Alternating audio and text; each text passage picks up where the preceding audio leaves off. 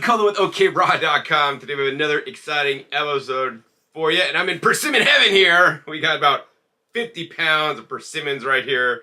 These are actually called the vanilla persimmon. I think this is the first time I've seen these specific ones. There's so many varieties of persimmons, it's insane. I probably got about a half dozen varieties in my fridge right now. Maybe I'll make a video in the future about all of them and how they are so unique. They're one of my favorite fruits in the entire world. And that actually leads me into this episode because I was thinking about all the skills that I've learned over 29 years of being a raw vegan and buying and growing copious amounts of fruits and vegetables. I want to share with you guys some of my skills that I think are essential for you to learn to be a good raw vegan, right? Or even a person that eats fruits and vegetables, right? These skills are essential. And nobody really will tell you that you need to learn these. You're just going to have to do them on your own. So I'm just going to basically lay it out and share with you guys some of my tips so you guys could be a more effective raw vegan or just person on the planet who eats some of the best quality fruits and vegetables and has as little as possible go bad so you get all their nutritive value in you. So the first essential fruit and vegetable skill I want to share with you guys is I want you guys to be able to always find the best quality and get the best prices on fruits and vegetables.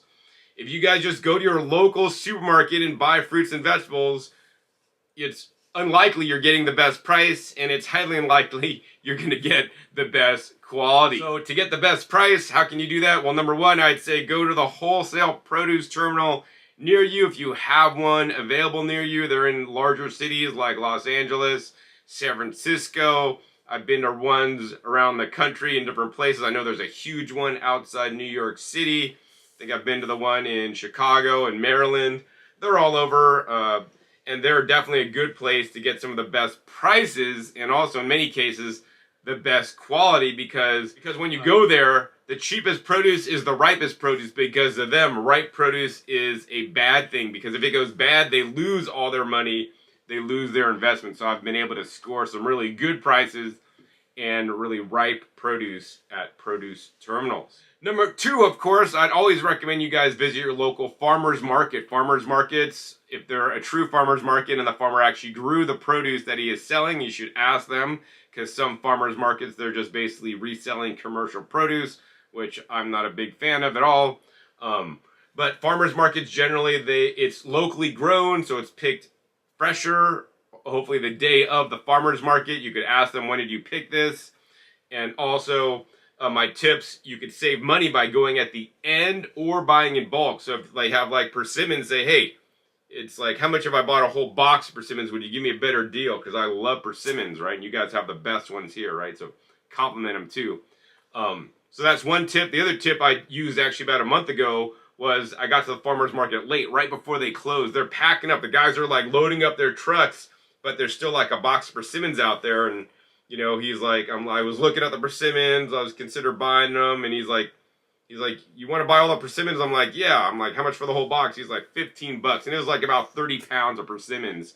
So, of course, I bought the whole box. So, I mean, another tip is go at the end. You could score great deals because they don't want to take this stuff home. Another tip I will give you is I want you guys to shop around. That's very important. Don't just go to Whole Foods and buy all your produce at Whole Foods or go to your local supermarket and buy everything at one supermarket.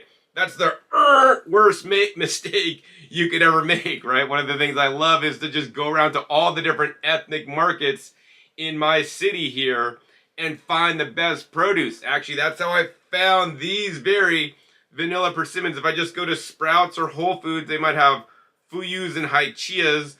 But if I go to some of the Asian markets, Mexican markets, Latin markets, ethnic markets, they'll have other unique varieties, especially the market here called 168 Market. That's owned by the company that owns the Ranch 99 supermarkets, right? They had standard haichia and fuyu persimmons, but they also had these persimmons in bags that are vanilla persimmons. Now, these vanilla persimmons, right, they're non-astringent varieties. So these are like a fuyu, but they kind of like a little bit more acornish shape like a haichia, but you could eat these hard or soft, and they are delicious. In addition, as we'll talk about in a little bit, picking out ripe produce, and I'll show you guys how I knew these were ripe.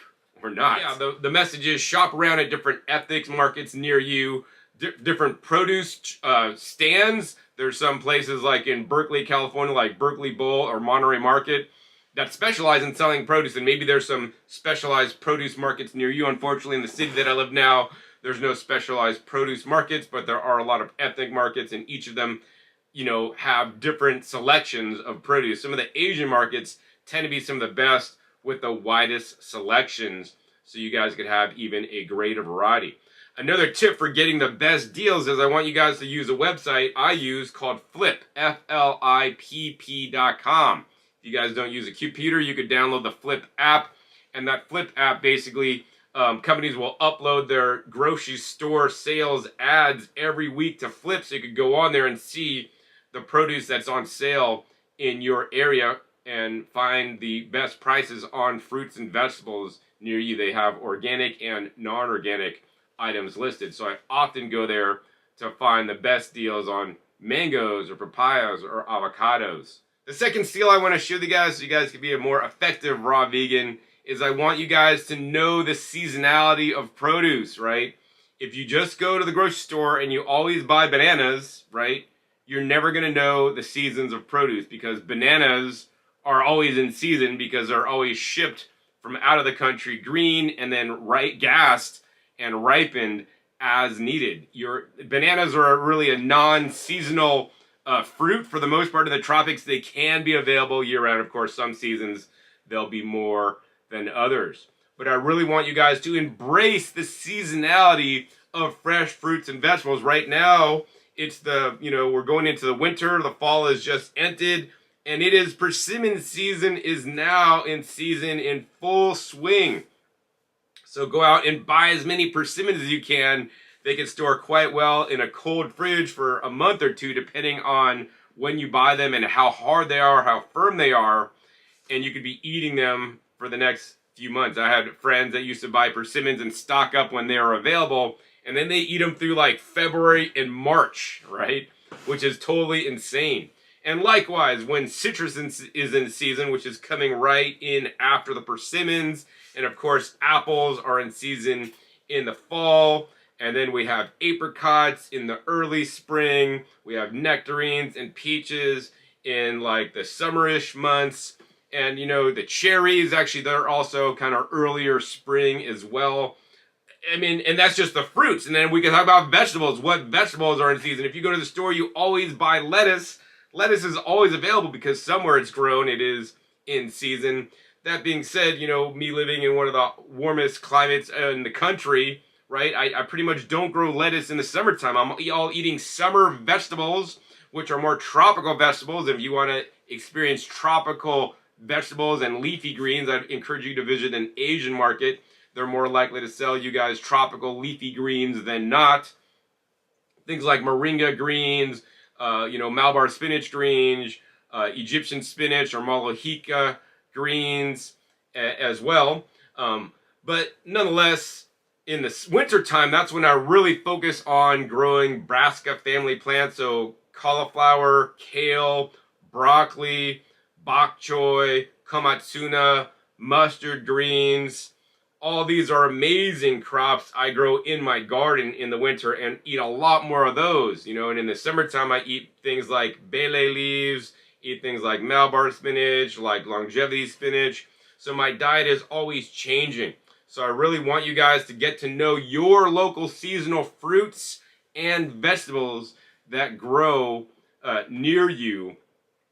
And even if they don't grow near you, you should also know the seasons for things that are in the tropics. There are certain seasons when, in Florida, for example, mamey sapote or chica sapote will be in season, and then they'll export those out of Florida, and I'll be able to buy them. Or when jackfruit, for example, is in season in Mexico, and then it's shipped up to the United States, which seems to me most months of the year, maybe except for a break in the middle of the summer. So jackfruit's also coming in a season right now from Mexico, going to be shipped in real soon. Another one of my favorite fruits. So yeah, you really, guys, need to learn the seasonality of fruits and vegetables, mostly in your area, but also around the world, and can be helpful as well. Of course, when things are in season, that means they're often going to be in abundance, and also lower prices, and things that are in season that are grown closer to you are going to be higher in nutrition than things that are shipped in from further away. Third essential skill I want you guys to have as a raw vegan is I want you guys to get into gardening and growing your own food. And if you're not going to do that because you don't have the space, then I'd say at least go out and wild forage and find out where foods are available for you. So I mean, if you live in an apartment and you don't have outdoor space to grow food, you could sprout your seeds into sprouts. You could also grow microgreens on racks on a tray, which I think is excellent, and in some ways are even more nutritious than the outdoor vegetables I grow in my garden. Of course, they can be in season all year long because they're basically growing inside. That being said, I want you guys also to grow your own food, because when you grow your own food, not only, number one, can it be a lot less expensive than buying food in the store, especially with all the prices going up recently on all the different kinds of foods. Number two, you could actually add nutrients to the soil, like things like trace minerals in the form of rock dust and ocean solids, things like worm castings, and soil biology, which is basically probiotics for the soil, to grow even higher quality produce in the store. Next thing is that your produce that you grow yourself and pick and eat will have much higher levels of life force energy, or biophotons if you want to call it that.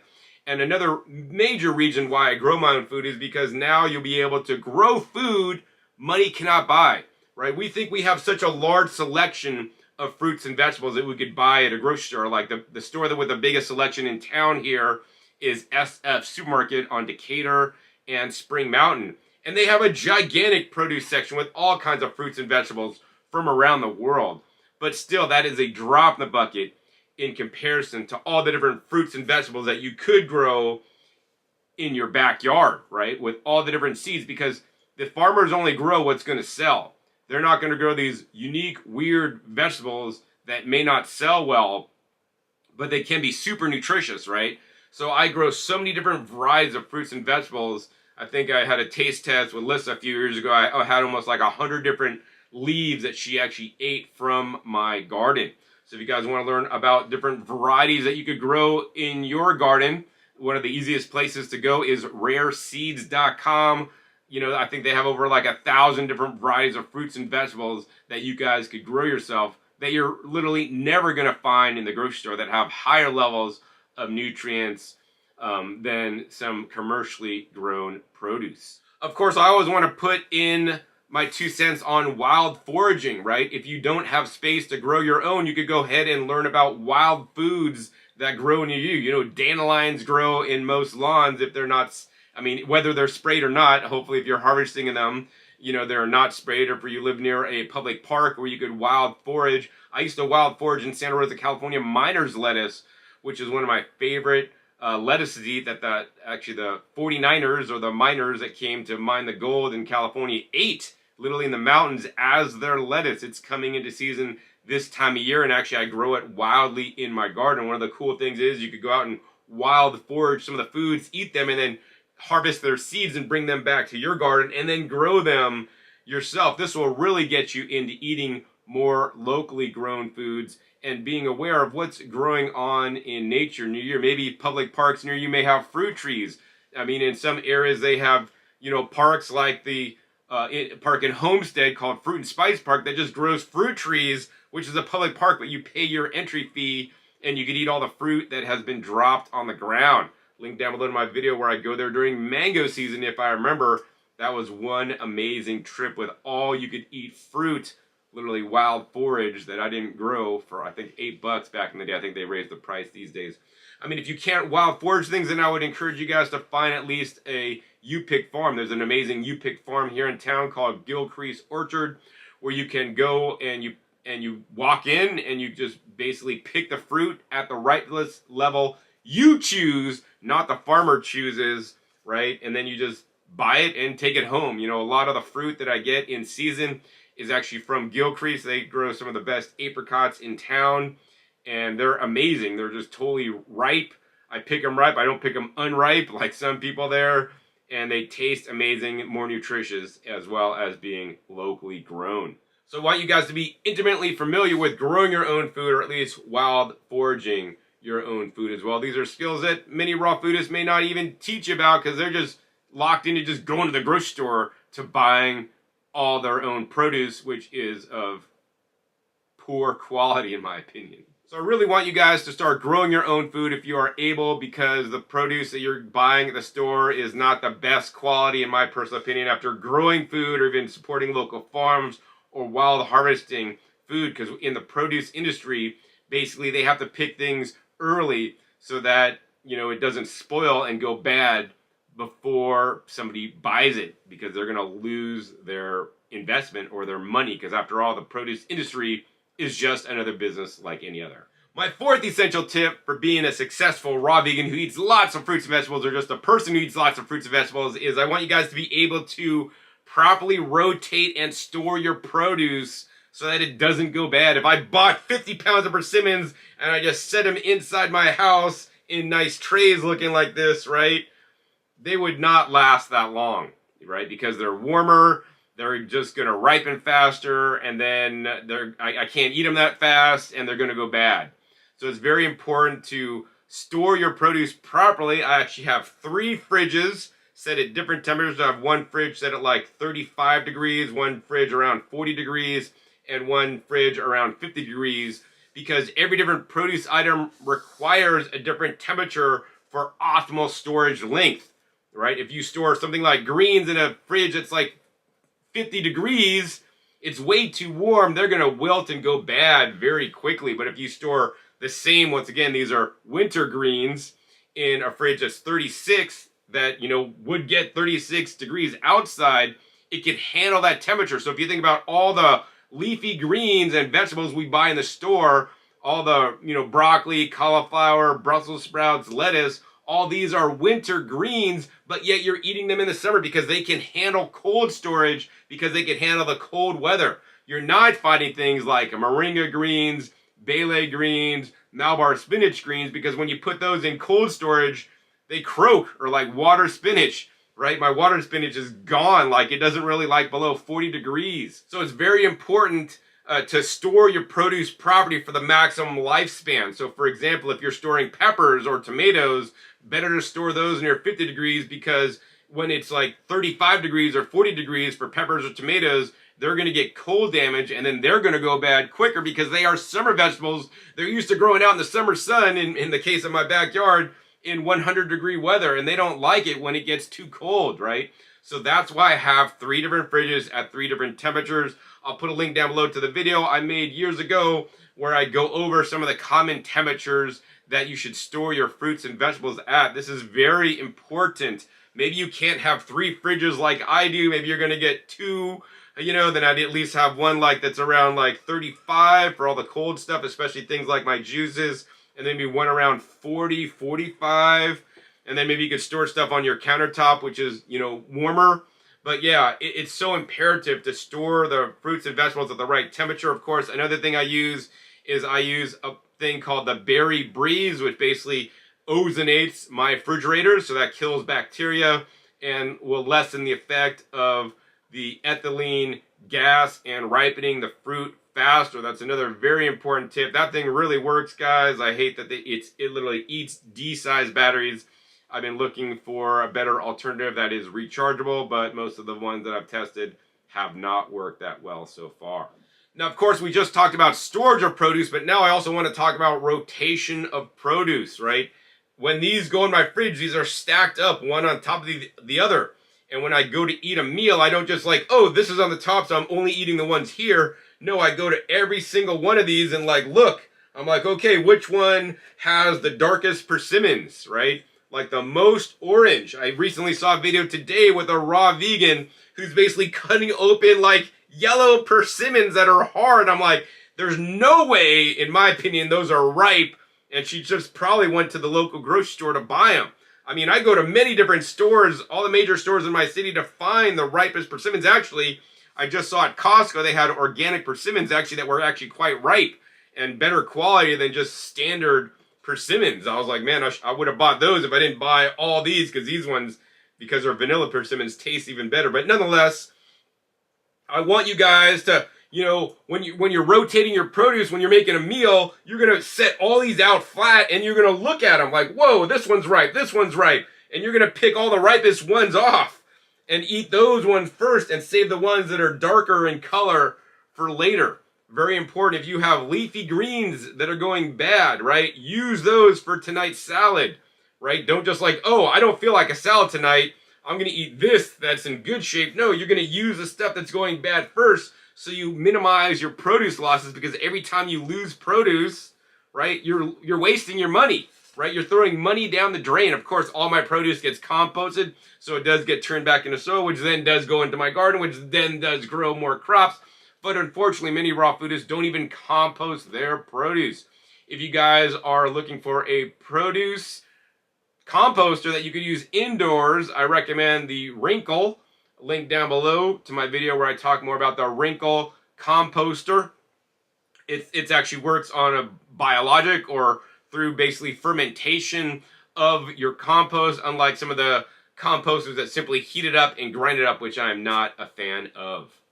My fifth essential skill I want you guys to learn is I want you guys to make recipes around the ripe produce and eat what is ripe, right? If you got a pineapple that's nice and hard and firm, but you have all these ripe persimmons going bad, right? Don't eat the pineapple first. Eat the ripe fruit first. It's going to taste sweeter. It's going to taste better. And you're not going to have them go bad, right? Very important to focus your meals about what is going right first, right? Whether you want to eat a meal of persimmons just fresh, which is what I love to do, whether you want to blend it up into a smoothie, you know, whether you got some leafy greens that are going bad or celery that's going bad, you could put them into a juice, right? You could cut up persimmons in little cubes and then add that to your lettuce salad at night with other vegetables mixed in. You can make a persimmon-based dressing with maybe some persimmons and cashews, some herbs and spices, and pour that over your, you know, lettuce or mixed green salad that you have. Really, I mean, that's really a key, is not like eating to eat what you want to eat, but eating what you have that is going right that you need to use. So once again, juicing them, smoothies, salads, right? Creating blended dressings and mixtures, right? With the produce you have going bad. That's very important, guys.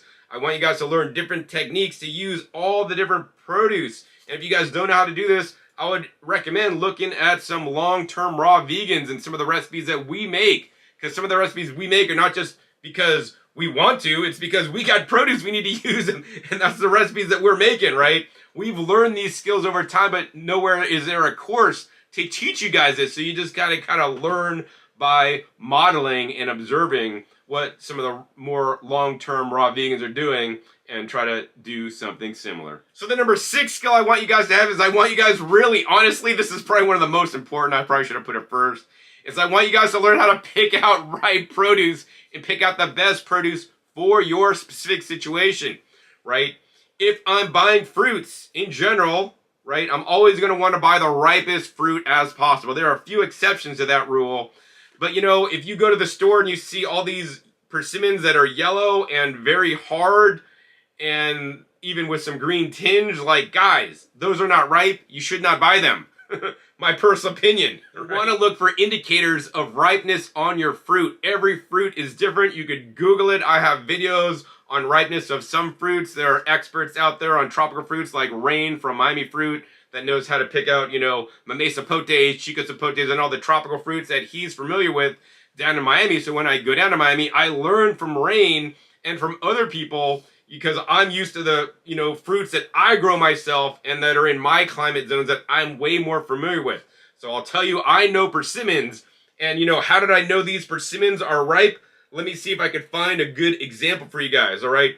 Number 1 is the color. You want it as deep color as possible. I don't think there's one. None of these persimmons are really yellow. They're all orange. Now, the next step, I don't know if you guys can see that on the camera, but basically what you're looking for is you're looking for, like, it looks like a puzzle. There's all these cracks and lines in this persimmon here. And I mean, this is kind of what it gets when the persimmon has been left on the tree and it kind of gets cold. It creates these cracks and lines, which means Number one, the persimmon's been left on the tree longer. Number two, it's been exposed to cold. And when the persimmons and fruits and vegetables are exposed to cold in nature, what happens? They have to create more sugars so that they don't freeze, right? This is why winter vegetables that are grown near you outdoors, like all my winter greens, like some of my kale stems, taste as sweet as sugar cane, according to my friend Wendy, link down below to that video. But nonetheless, you want things that are, going to be left out and exposed to the cold and deeper, richer color. They're going to be a lot sweeter than not. Of course, I have special tips for picking apples, which are generally, you don't want to pick apples if they have any green tinge to them. Unfortunately, the apples you buy in the grocery stores have all been basically harvested and then stored in an oxygen deprived environment and then sold later. So even when you buy like Red Delicious or probably one of the worst apples, because they could be still red on the outside, but then when you bite into them, they kind of green tinge because they're just harvested early. So, I mean, that's why it's really important to grow your own so you can kind of get to know these things, like picking out figs. Like, if you try to pick out figs at the grocery store, yeah, I mean, maybe soft is good. It's probably one of the best tips. Maybe oozing some jelly out the bottom. But, I mean, I have my own fig trees where they're just on the fig tree, and I'd be like, that fig is not going to burn my mouth at all because it is so ripe on the tree. But when you buy them in the store, they're never going to be that ripe. Likewise, when I'm picking out leafy green vegetables, you want a nice, vibrant color. You don't want any yellowing. You don't want any kind of like wilting going on. Better to buy things like with the roots on them. Like I recently bought some organic hydroponic lettuce. Of course, the best is to grow your own because there is literally no transportation when you grow. You're not going to go out in my backyard and pick any kind of kale, collard leaves, broccoli, cauliflower leaves, and eat them fresh. And they're just absolutely amazing. So, I mean, once again, I would say Google, how to pick out ripe produce of the specific produce you're looking at. I have videos on how to pick out the ripe watermelon, how to pick out jackfruit. I have videos on many of these different topics, and you may be able to find them other places as well. In some cases, I like to buy produce underripe. Like in the case of cucumbers underripe tend to be a little more sweeter. And when they get a bit more mature, they tend to get more bitter, especially when you're buying standard market more cucumbers. In some cases, I'll buy fruits that are a little bit underripe. So for example, if I'm juicing pineapples, ripe pineapples that are soft and really juicy don't tend to juice that well in a slow juicer, whereas a hard, firm pineapple would. Or if I'm buying it by the case, I might buy one case of the ripe pineapples to use and eat immediately, and then a case that is not as ripe to store for like a week later in the fridge, right? When I buy the cactus fruits, which generally you want the deepest, darkest color, you also want them kind of firm. If you buy them soft, they're going to go bad quicker. If you buy them firm, they could store easily for a month in the fridge. And if you buy them, softer, they're not going to last as long. So you really have to match, kind of like your use case, whether you want to eat them now or whether you want to eat them in a week, with when you're buying them and their ripeness. That's very important. Also, of course, I want you guys to notice and learn about when your leafy greens and vegetables are ripe as well, right? And that's cauliflower, they saw bolting cauliflower at the Asian market, and for some people that's ripe. It tends to get a little more drier, maybe better cooked when it's kind of bolting and getting all crazy looking. Cauliflower generally in the American stores are sold when it's picked, a little bit, just starting to make the flower, which is good. Same thing with broccoli. But the only way you're going to learn these things are by buying copious amounts of produce, tasting them, noticing how they look, and eating them, and learning yourself over time through experience. That's been the way that I've learned the most. And so the only way you're going to get experiences is by going out to different stores, buying more produce, and eating more fresh fruits and vegetables, guys. And I recommend all different kinds and buying a diversity of fruits and vegetables at that. My seventh skill as a raw vegan I want you guys to know, very important, guys, is when you don't get to eat it or you're too full, you have too much ripe fruit or vegetables, what do you do with it? So you guys need to become experts in food preservation. That's very important. How to preserve your fruits and vegetables and keep them so that they don't go bad, don't go moldy, and you can eat them and enjoy them, right? Instead of having them go into the compost or even worse, the trash. So the easiest way, if you guys have a fridge in your house, you probably also have a freezer in your house. The easiest way, guys, is to freeze your produce. My friend Paul Nissan will take his whole mangoes and just freeze his whole mangoes because he has all these huge mango trees growing, and he basically just takes out the whole fruit, lets it defrost, and then he'll eat it in the wintertime or when it's not mango season. So you can freeze fruits. Generally, I don't like to defrost frozen fruits and just eat them. I usually generally turn them into smoothies or use them in some way. That being said, my preferred method of storing fruits is actually not even freezing them and eating them thawed out. I like to prefer to freeze dry them. Link down below to my freeze drying video. The freeze dry machines are expensive, but literally once you freeze dry your produce, fruits and vegetables, they can store for up to 25 years. So this can be quite handy whether you are going camping, backpacking, traveling on the airplane. You don't have to stop for food. You could have all your freeze dried persimmons, which actually I have these persimmons freeze drying in my freeze dryer right now. And then literally, guys, they taste like candy biscotti. These ones are going to taste like candy biscotti with hints of vanilla because this is a vanilla variety of persimmon. They're completely amazing. I have, stores of different freeze-dried seasonal fruits and vegetables from things like soursop to jackfruit to durian. Actually, I buy the freeze-dried durian to blueberries, strawberries, blackberries, apricots, nectarines, greens from my garden. I basically took cauliflower and then I mixed it with guacamole and I'm freeze drying that so I could have like an instant kind of salad out of cauliflower and guacamole.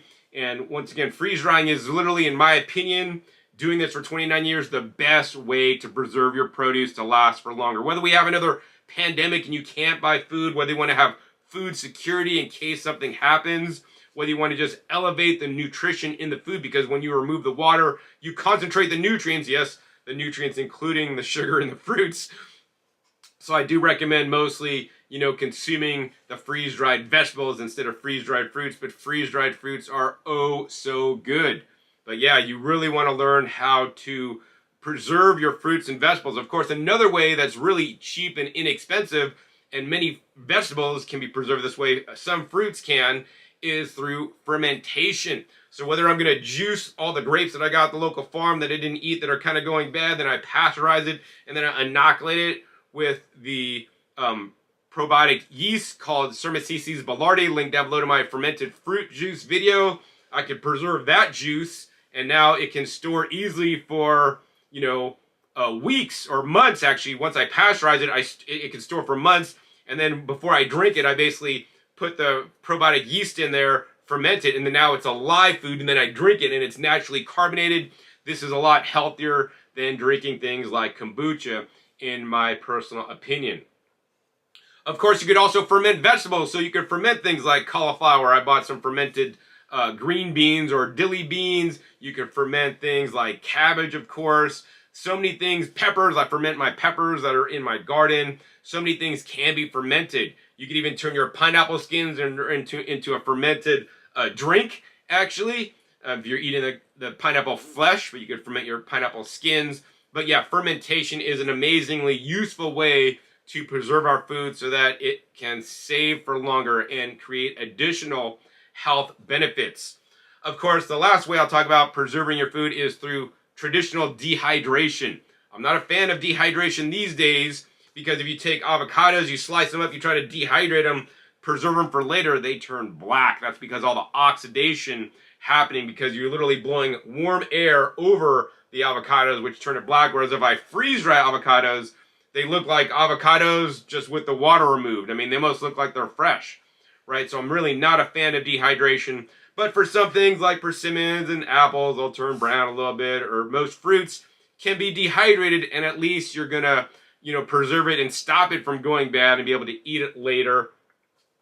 That being said, my preferred method of storing my fruits is through freeze drying. So I think that's it for this episode where I shared my essential 7 skills I want you guys to have as a raw vegan so you could be more effective at getting the highest quality, most vibrant, lowest cost fruits and vegetables, being able to source them, store them, preserve them, and eat them in the best ways possible. These are just simply tips that you may not hear other places. So I'm so glad you guys stayed to the end so you guys can learn from my wisdom on some of the practical tips that I've learned and I've needed to learn over the many years so that I can become an effective raw vegan and eat some of the best quality fruits and vegetables on the planet. I'm so glad I got to share this with you, and that all my knowledge is not in vain and not just for me, but I could share this with you guys. So if you guys enjoyed this episode, please be sure to give this video a big thumbs up. More importantly, share this with other raw vegans so that they can learn some of the skills that I've learned over these